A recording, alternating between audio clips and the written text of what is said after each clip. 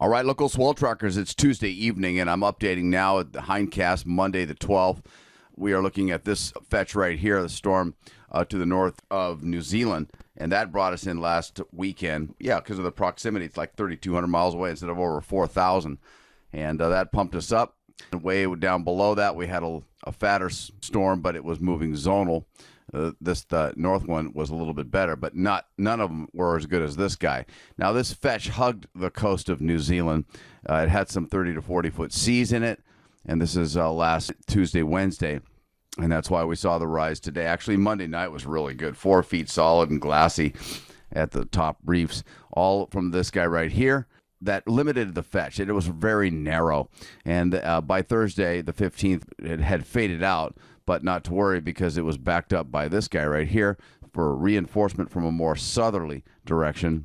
And this is unobstructed. It's a wider fetch, although not as powerful. The winds are weaker, but we're still hoping to get at least 5 feet from the south on Thursday into Friday on this, and we could see, I'm hoping to see some 6-footers or double overhead from that guy, and then we kind of quiet down for a spell. We do see a little bit of a mix from other sources from the southeast this week. This guy's rather zonal, but before I continue further, let me show you the current swell heights produced by these surface winds we're just looking at. So here it is. This guy way down here, not going to be doing much for us. We're going to have to wait for a few days here, and you can see some of these storms starting to form up. More for some southeast swell from this guy right here, just before the 4th of July on this guy. So after this week, we're going quiet. But again, today we saw solid 5. We'll probably see a couple 6s as this south-southwest swell from that fetch I was just showing you up the New Zealand coast is still kind of filling in and moving up the coast, a captured fetch. We're still giving this thing a chance to save itself. And this surf there were some spots that were going off the hook. It wasn't all bad except for those winds, and we may see some more of that tomorrow, but I don't think so because that was a bit of an anomaly today, having these north to northwest winds. Okay, so nothing as good as what we have this week, but plenty of 3 to 5 all the way through Friday with a reinforcement on Thursday. Hopefully we'll see some pluses. We'll wait and see. Now a little bit for the North Pack because, hey, guess what? It's been doing its job, especially for this calendar year. This is going back a little hindcasting on the 13th, and that system way up there in the West Pacific, up there by the Western Aleutians, moves down for that northwest that we saw over the last weekend and into Monday. And Tuesday, we still saw some shoulder-high waves, and this is the culprit right here. These are the surface winds on that guy. Doing a little hindcasting.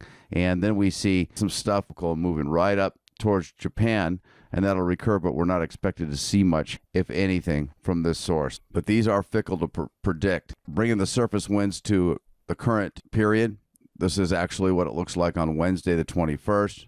And rolling forward, we see activity going on, but none of these are now anticipated to bring swell. They were a day or two ago, and now Wave Watch 3 is not predicting anything. But we are confident because of the consistency of the model output from this storm, this low off of about Oregon, is going to extend, kind of point our way for a little while, and would bring us up some 4-foot swell at 12 seconds from the northeast on Monday the 26th.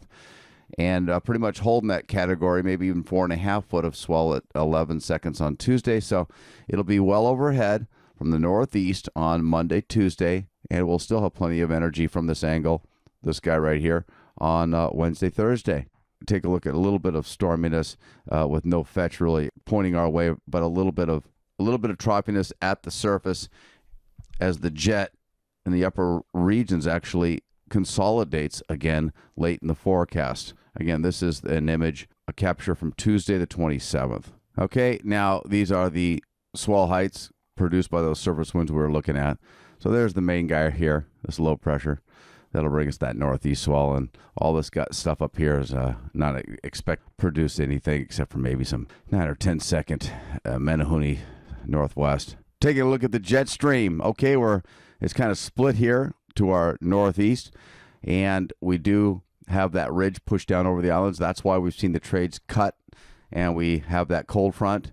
This is a feature in the upper regions causing that lower at the mid-level, and there's a trough also off to our east that's going to be moving our way, and that'll be affecting us Wednesday night through Friday night. But this feature up here was why the winds were so strange today. We were actually thinking trades most of the day. Starting in the animations, you could see that split weaken. The jet almost disappears from view, but then starts to consolidate again later in the forecast period. Weakening off and on, but take a look at that. Anyway, that troughiness at the surface I was showing you, induced by this upper air current here Tuesday the 27th.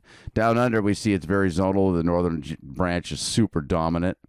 Let's roll these things out and focus down under. You can see there's no real deep purples that we like to see pointing up our way all the way through the 7-day forecast period. We're not looking all set here for a while, but we've been more than pretty good here this week. I wanted to show you the features at 250 millibars. Winds and knots, we are looking at, this is about 35,000 feet up. It's where the airplanes fly, and there's that area of troughiness that's going to be moving our way over the next few days, creating a little bit of weather for Wednesday night through Thursday night I was just pointing to. And this is up there. Again, this is pretty much the jet stream, and things looking a little bit better here as we get into next week with light to moderate trades. All right, the hand-drawn surface charts. There's the high pressure about 1,800 miles northeast of us, and then it's ridge moving close to the islands, weakening those trades. There's that cold front I was showing you. There's the low pressure and its associated tail. Here comes some more low pressures that will not be bringing us swell. And this high pressure moves back into the region. So it's going to be that light to moderate trade wind mix here for a while. And we'll go from the surface up to the water vapor loops, about 20,000 feet up in the air. The brown areas are showing the drier, sinking, more stable air masses. But here comes that spinner for a little bit of a weather, saying Wednesday night through Thursday. We'll see if that happens. You can see the upper regions here, and that's the cold front. These clouds down here, just the intertropical convergence zone, will not be coming up our way, although they'd like to try. You can see overall at the lower level clouds a fairly easterly flow to the winds. Highs are going to be 85, lows about mid-70s, off and on some weather here through the week. And we have light sprinkles going on here in the reflective loops, pretty much evenly spread out.